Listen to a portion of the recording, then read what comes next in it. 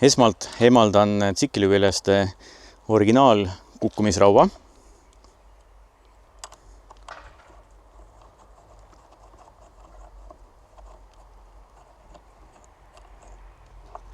Järgmiseks panen raami ja selle plastiku juba omavahel kokku ära, see istub siia pessa väga hästi. Siit otsa pealt paneme pisikese kruvi sisse.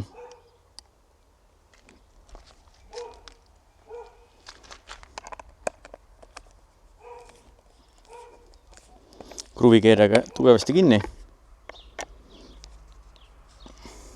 Ja siia sisse tuleb siis see vahejupp panna. Ja läheb siia peale niimoodi. Hops, istub ilusti pessa ja kruvidega kinni. Järgmiseks ma kinnitan ära omavahel need kaks detaili. Läheb see kinnitus, mis lenksu külge käib, siis siia käe kaitsme külge ja selle pisikese kuuskandiga.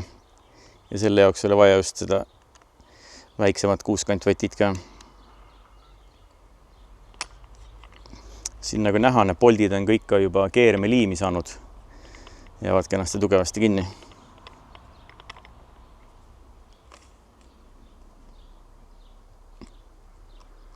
Ja edasi ei olegi vaja muud kui keerata see siia külge. Selle jaoks kasutan esmalt seda vahetükki. See istub siia sisse. Ja mina kasutan ka seda lisavahetükki, kuna teisele pool pidin panema, et gaasihoop saaks nagu liikuda. See tähendab lihtsalt väikene selline flants siia vahele nagu ja see istub ka siia nii-öelda pesa sisse. Ja konkreetsel rattal on siis vaja kasutada ka seda 8 mm pikemat polti.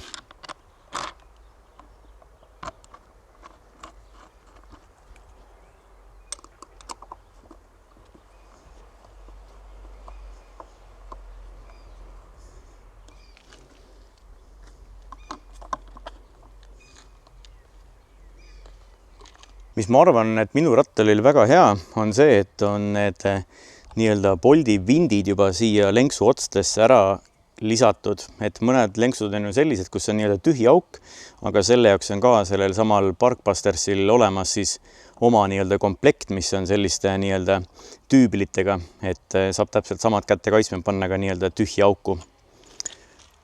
Aga lisan siis teisele poole ka juba kaitsme ära. Kõik on täpselt sama liigutus, mis teisele poolgi.